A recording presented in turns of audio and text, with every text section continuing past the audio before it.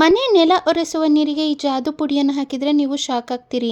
ಮನೆಯೆಲ್ಲ ಅಷ್ಟು ಕ್ಲೀನ್ ಆಗುತ್ತೆ, ಪಳ ಪಳ ಒಳಿಯುತ್ತೆ, ನೀವು ಕಷ್ಟಪಡೋದು ಕೂಡ ತಪ್ಪುತ್ತೆ.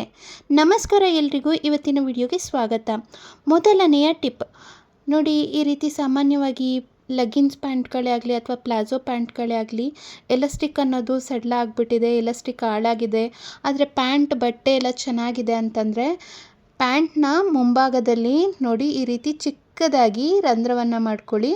ರಂಧ್ರ ಮಾಡಿಕೊಂಡು ಒಳಗಿರೋಂಥ ಎಲಾಸ್ಟಿಕ್ಕನ್ನು ತೆಗೆದುಬಿಡಿ. ಸಾಧ್ಯ ಆದರೆ ಬರುತ್ತೆ ಅಂದರೆ ತೆಗೀರಿ, ಇಲ್ಲಾಂದರೆ ಹಾಗೆ ಎಲಾಸ್ಟಿಕ್ಕನ್ನು ಬಿಟ್ಬಿಡಬಹುದು. ನಂತರ ನೋಡಿ, ಒಂದು ಲಾಡಿ ದಾರವನ್ನು ತಗೊಂಡು ಅದಕ್ಕೆ ಪಿನ್ನನ್ನು ಹಾಕ್ಕೊಂಡು ಈ ರೀತಿ ಪ್ಯಾಂಟಿಗೆ ಲಾಡಿ ದಾರವನ್ನು ಹಾಕ್ಕೊಳ್ಬೇಕಾಗುತ್ತೆ. ಲಾಡಿ ದಾರವನ್ನು ಹಾಕಿದ ನಂತರ ಮುಂಭಾಗದಲ್ಲಿ ಒಂದು ಗಂಟನ್ನು ಹಾಕಬೇಕಾಗುತ್ತೆ. ಬರೀ ಎಲಾಸ್ಟಿಕ್ ಹಾಳಾಗಿದೆ ಅಂಥೇಳಿ ಪ್ಯಾಂಟನ್ನು ಬಿಸಾಡೋ ಬದಲಿಗೆ ಈ ವಿಧಾನದಲ್ಲಿ ನೋಡಿ, ಒಂದು ಚಿಕ್ಕ ರಂಧ್ರ ಮಾಡಿ ಲಾಡಿ ದಾರವನ್ನು ಹಾಕ್ಕೊಂಡು ಆರಾಮಾಗಿ ಪ್ಯಾಂಟನ್ನು ಬಳಸ್ಕೊಳ್ಬಹುದು. ಸುಮಾರು ದಿನಗಳವರೆಗೂ ಇದು ಬಾಳಿಕೆ ಬರುತ್ತೆ. ಮುಂದಿನ ಟಿಪ್, ಈರುಳ್ಳಿಯನ್ನು ತೊಗೊಂಡಿದ್ದೀನಿ. ಈರುಳ್ಳಿನ ತೊಗೊಂಡು ಅದ್ರ ಮೇಲಿನ ಸಿಪ್ಪೆನೆಲ್ಲ ತೆಗ್ದಿದ್ದೀನಿ. ಸಿಪ್ಪೆನ ತೆಗೆದ ನಂತರ ಇವಾಗ ಮಧ್ಯಭಾಗಕ್ಕೆ ಈರುಳ್ಳಿಯನ್ನು ಕಟ್ ಮಾಡ್ಕೊಳ್ತಾ ಇದ್ದೀನಿ. ಈರುಳ್ಳಿನ ಕಟ್ ಮಾಡ್ಕೊಂಡ ಮೇಲೆ ನೋಡಿ, ಈ ರೀತಿ ಪದರ ಪದರವಾಗಿ ಈರುಳ್ಳಿ ಸಿಪ್ಪೆಯನ್ನು ತೆಗೆದ ನಂತರ ಪದರ ಪದರವಾಗಿ ಈ ರೀತಿ ಈರುಳ್ಳಿಯನ್ನು ಬಿಡಿಸ್ಕೊಳ್ತಾ ಇದ್ದೀನಿ. ಈ ರೀತಿ ಬಿಡಿಸ್ಕೊಂಡ ನಂತರ ಸೂಜಿ ದಾರವನ್ನು ತಗೊಂಡು ಒಂದೊಂದೇ ಈರುಳ್ಳಿನ ಈ ವಿಧಾನದಲ್ಲಿ ಪೋಣಿಸ್ಕೊಳ್ಬೇಕಾಗುತ್ತೆ. ಒಂದೊಂದೇ ಈರುಳ್ಳಿನ ಈ ಥರ ಪೋಣಿಸ್ಕೋಬೇಕು. ಪೋಣಿಸ್ಕೊಂಡ್ಮೇಲೆ ತುದಿನಲ್ಲಿ ಈ ರೀತಿ ಗಂಟನ್ನು ಹಾಕೋಬೇಕಾಗುತ್ತೆ. ಇದು ತುಂಬಾ ಸ್ಟ್ರಾಂಗ್ ಆಗಿರುತ್ತೆ. ಈರುಳ್ಳಿಯ ಒಂದು ಘಮ ಅನ್ನೋದು, ವಾಸನೆ ಅನ್ನೋದು ತುಂಬ ಸ್ಟ್ರಾಂಗ್ ಆಗಿರುತ್ತೆ. ಮನೆಯಲ್ಲಿ ಹಲ್ಲಿಗಳ ಕಾಟ ತುಂಬಾ ಹೆಚ್ಚಾಗಿದೆ ಅಂತ ಅನ್ನೋರು, ಎಲ್ಲಿ ಜಾಸ್ತಿ ಹಲ್ಲಿಗಳು ಮನೆಗೆ ಬರುತ್ತೆ ನೋಡಿ, ಎಲ್ಲಿಂದ ಪ್ರವೇಶ ಆಗುತ್ತೆ ಆ ಜಾಗದಲ್ಲಿ ಈ ರೀತಿ ಈರುಳ್ಳಿ ಸಾರನ ಮಾಡಿ ನೇತಾಕ್ಬಿಡಿ. ಮನೆಗೆ ಹಲ್ಲಿಗಳ ಕಾಟ ಅನ್ನೋದೇ ಇರೋದಿಲ್ಲ. ಹಲ್ಲಿಗಳು ಮನೆಯನ್ನು ಬಿಟ್ಟು ಓಡುತ್ತೆ. ಮುಂದಿನ ಟಿಪ್, ನಾನಿಲ್ಲಿ ಒಣ ದ್ರಾಕ್ಷಿಯನ್ನು ತೊಗೊಂಡಿದ್ದೀನಿ. ಒಣ ಕಪ್ಪು ದ್ರಾಕ್ಷಿಯನ್ನು ತೊಗೊಂಡಿದ್ದೀನಿ. ಇದರಲ್ಲಿ ಹೇರಳವಾದ ವಿಟಮಿನ್ಸ್ ಅನ್ನೋದಿರುತ್ತೆ. ಒಣ ದ್ರಾಕ್ಷಿಯನ್ನು ಕ್ಲೀನಾಗಿ ತೊಳೆದು ಜೊತೆಗೆ ಕುಡಿಯುವಂಥ ನೀರಿನಲ್ಲಿ ಇಡೀ ರಾತ್ರಿ ನೆನೆ ಹಾಕಬೇಕಾಗುತ್ತೆ. ಮರುದಿನ ಬೆಳಗ್ಗೆ ಖಾಲಿ ಹೊಟ್ಟೆನಲ್ಲಿ ಈ ದ್ರಾಕ್ಷಿಯನ್ನು ಜಗ್ದು ತಿಂದು ನಂತರ ಈ ನೀರನ್ನು ಕುಡಿಯೋದ್ರಿಂದ ಯಾರಿಗೆಲ್ಲ ಮಲಬದ್ಧತೆ, ಕಾನ್ಸ್ಟಿಪೇಷನ್, ಲೂಸ್ ಮೋಷನ್ ಸಮಸ್ಯೆ ಆಗ್ತಿದೆ ಅಂತಂದರೆ ಅದಕ್ಕೆ ಪರಿಹಾರ ಅನ್ನೋದು ಸಿಗುತ್ತೆ. ಅದಷ್ಟೇ ಅಲ್ಲ, ಮೂಳೆಗಳು ಗಟ್ಟಿ ಆಗೋದಕ್ಕೆ, ಆರೋಗ್ಯ ವೃದ್ಧಿ ಆಗೋದಕ್ಕೆ ಇದು ಒಂದೊಳ್ಳೆ ಮನೆಮದ್ದಾಗಿ ಕೆಲಸ ಮಾಡುತ್ತೆ. ಆರೋಗ್ಯಕ್ಕೆ ತುಂಬಾ ಒಳ್ಳೆಯದು. ಖಂಡಿತ ಈ ಟಿಪ್ಪನ್ನು ಟ್ರೈ ಮಾಡಿ. ಮುಂದಿನ ಟಿಪ್ಪನ್ನು ನೋಡೋಣ ಬನ್ನಿ. ಬೆಳ್ಳುಳ್ಳಿನ ತೊಗೊಂಡಿದ್ದೀನಿ. ಸಾಮಾನ್ಯವಾಗಿ ಬೆಳ್ಳುಳ್ಳಿನ ಬಿಡ್ಸೋಕ್ಕೆ ಸಿಕ್ಕಾಪಟ್ಟೆ ಕಷ್ಟಪಡ್ತಿರ್ತಾರೆ ನಮ್ಮ ಹೆಣ್ಮಕ್ಳು. ಅದ್ರ ಬದಲಿಗೆ ನೋಡಿ, ಈ ರೀತಿ ಶಾರ್ಪಾಗಿರೋಂಥ ಒಂದು ಚಾಕುನ ತೊಗೊಂಡು ಬೆಳ್ಳುಳ್ಳಿಯನ್ನು ಬಿಡಿಸೋ ಬದಲಿಗೆ ಒಂದೊಂದೇ ಎಸ್ಲನ್ನ ಈ ರೀತಿ ಚಾಕುನಿಂದ ಮಧ್ಯಭಾಗಕ್ಕೆ ಹಿಂಗೆ ಕಟ್ ಮಾಡ್ಕೊಂಬಿಡಿ. ಈ ಥರ ಕಟ್ ಮಾಡೋದ್ರಿಂದ ನೋಡಿ, ಅದೊಂದೊಂದೇ ಎಸ್ಲು ಬಿಟ್ಕೊಳ್ಳುತ್ತೆ. ಮತ್ತು ನಿಮಗೆ ಗೊತ್ತಾಗುತ್ತೆ ನೋಡಿ, ನಾನಿಲ್ಲಿ ಹೀಗೆ ಕಟ್ ಮಾಡ್ತಾ ಮಾಡ್ತಾ ಎಷ್ಟು ಸುಲಭವಾಗಿ ಬೆಳ್ಳುಳ್ಳಿ ಅನ್ನೋದು ತಾನಾಗೆ ಆಲ್ಮೋಸ್ಟ್ 50 ಭಾಗ ಆಗುವಷ್ಟು ಬೆಳ್ಳುಳ್ಳಿ ಸಿಪ್ಪೆ ಅನ್ನೋದೆಲ್ಲ ಸಡ್ಲಾಗ್ಬಿಟ್ಟಿರುತ್ತೆ ನೋಡಿ. ಈಸಿಯಾಗಿ ಈ ಥರ ಬೆಳ್ಳುಳ್ಳಿ ಇಂದ ಸಿಪ್ಪೆಯನ್ನು ಸುಲಭವಾಗಿ ಮೊದಲೇ ಕಟ್ ಮಾಡಿ ಸಡ್ಲ ಮಾಡಿರ್ತೀವಲ್ವ, ಸೊ ಹಾಗಾಗಿ ನೋಡಿ ಈಸಿಯಾಗಿ ಈ ಥರ ಬೆಳ್ಳುಳ್ಳಿನ ಹೊರಗಡೆ ತೆಗೆದುಬಿಡ್ಬೋದು.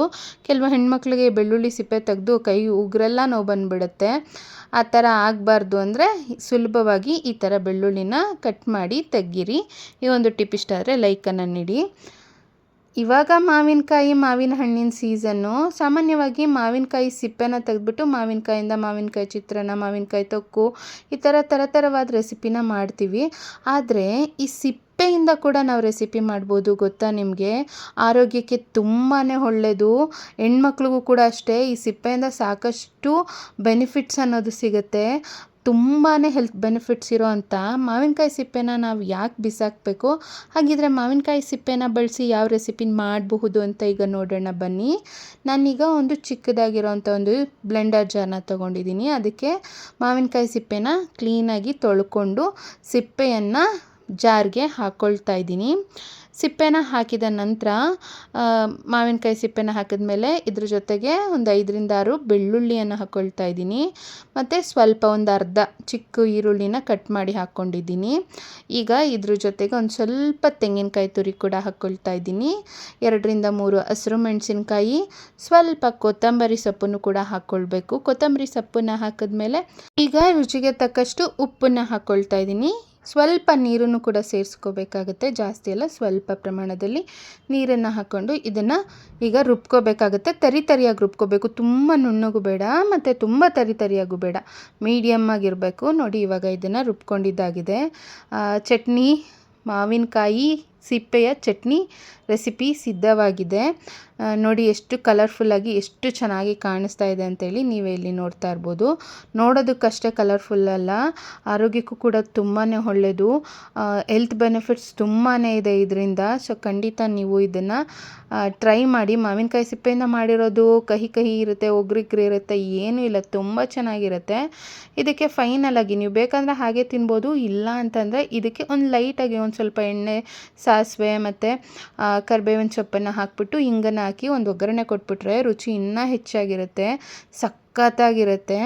ಒಂದು ಸ್ವಲ್ಪ ಮಜ್ಜಿಗೆ, ಮೊಸರು ಅನ್ನ ತಿನ್ನಬೇಕಾದ್ರೆ ಅದ್ರ ಜೊತೆಗೆ ಸೈಡಲ್ಲಿ ಇದೊಳ್ಳೆ ಕಾಂಬಿನೇಷನ್ ನೋಡಿರಿ, ಖಂಡಿತ ಟ್ರೈ ಮಾಡಿರಿ.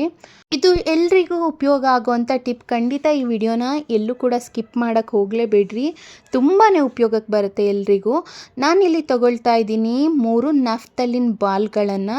ಇದನ್ನು ಕೀಟನಾಶಕ ನುಸಿ ಉಂಡೆಗಳು ಅಂತ ಕೂಡ ಕರೀತಾರೆ. ನೀವು ಒಂದು ರೂಮ್ ಕ್ಲೀನ್ ಮಾಡ್ತೀರಾ ಅಂದರೆ 1 ನಫ್ತಲಿನ್ ಬಾಲನ್ನು ತೊಗೋಬೇಕಾಗುತ್ತೆ. ನಾನಿಲ್ಲಿ 3 ತೊಗೊಂಡಿದ್ದೀನಿ. ಅದ್ರ ಜೊತೆಗೆ 1 ಪಚ್ ಕರ್ಪೂರನ ತೊಗೊಂಡಿದ್ದೀನಿ. ಪಚ್ ಕರ್ಪೂರ ಇಲ್ಲ ಅಂದರೆ ನೀವು ಮಾಮೂಲಿ ಕರ್ಪೂರ ಬರುತ್ತಲ್ಲ, ಅದನ್ನಾದರೂ 1-2 ತೊಗೋಬೋದು.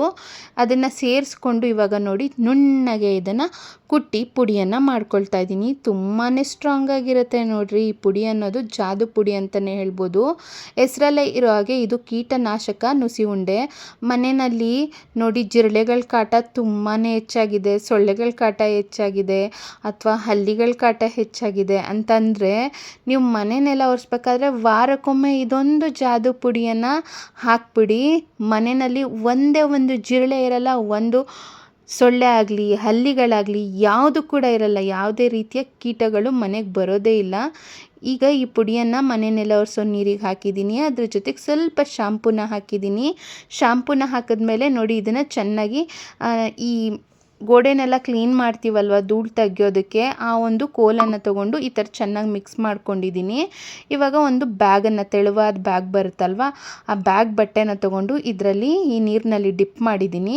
ಈ ಒಂದು ಬಟ್ಟೆಯನ್ನು ಇವಾಗ ನಾನು ಈ ಒಂದು ಕೋಲಿಗೆ ಹಾಕ್ಕೊಳ್ತಾ ಇದ್ದೀನಿ.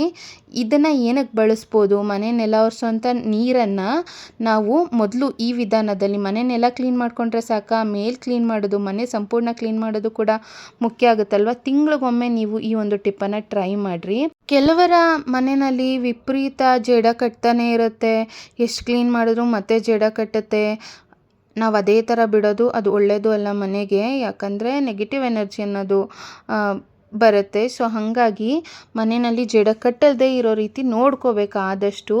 ಅದಕ್ಕೇ ನೋಡಿ ಈ ರೀತಿ ನೀವು ಒಂದು ಲಿಕ್ವಿಡನ್ನು, ಮನೆಯನ್ನೆಲ್ಲ ಒರೆಸೋ ನೀರನ್ನು ಸಿದ್ಧ ಮಾಡಿಕೊಂಡು ಆ ನೀರಿನಲ್ಲಿ ಈ ರೀತಿ ಧೂಳು ಹೊಡಿಯೋಕ್ಕೆ ಬರುತ್ತಲ್ಲ, ಆ ಒಂದು ಕೋಲ್ನಲ್ಲಿ ಈ ರೀತಿ ಬಟ್ಟೆನ ಕಟ್ಟಿ, ಇಲ್ಲಾಂದರೆ ಮಾಮೂಲಿ ಕೋಲ್ಗೆ ಬಟ್ಟೆ ಕಟ್ಟಿ ನೀವು ಗೋಡೆನ ಕ್ಲೀನ್ ಮಾಡೋದ್ರಿಂದ ಇದು ತುಂಬಾ ಸ್ಟ್ರಾಂಗ್ ಆಗಿರುತ್ತೆ. ನೋಡಿ ಪದೇ ಜೇಡಗಳು ಕಟ್ಟೋದಿಲ್ಲ ಮತ್ತು ಹಲ್ಲಿಗಳು ಕೂಡ ಇರೋದಿಲ್ಲ, ಇದು ಸ್ಟ್ರಾಂಗ್ ಆಗಿರುತ್ತೆ ತುಂಬಾ.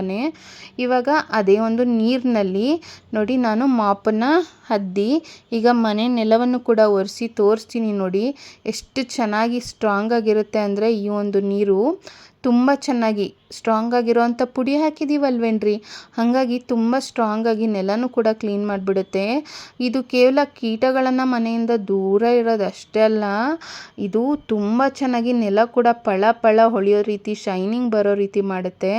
ಅಷ್ಟು ಚೆನ್ನಾಗಿ ಮನೆ ನೆಲನ ಕ್ಲೀನ್ ಆಗುತ್ತೆ. ನೋಡಿ ಒರೆಸ್ತಾನೆ ನೀವು ಇಲ್ಲಿ ರಿಸಲ್ಟ್ ನೋಡ್ಬೋದು. ಕೆಲವೊಂದು ಫರ್ನಿಚರ್ನೆಲ್ಲ ಇಟ್ಟಿರ್ತೀವಿ, ಆ ಗೊಂದಿಗಳಲ್ಲೆಲ್ಲ ನೋಡಿ ಒರೆಸ್ಕೊಳ್ತಾ ಇರ್ತೀವಿ, ಆದರೂ ಅಲ್ಲೆಲ್ಲ ಹಲ್ಲಿಗಳ ಕಾಟ ಮತ್ತು ಜಿರಳೆಗಳ ಕಾಟ ಹೆಚ್ಚಾಗಿರುತ್ತೆ.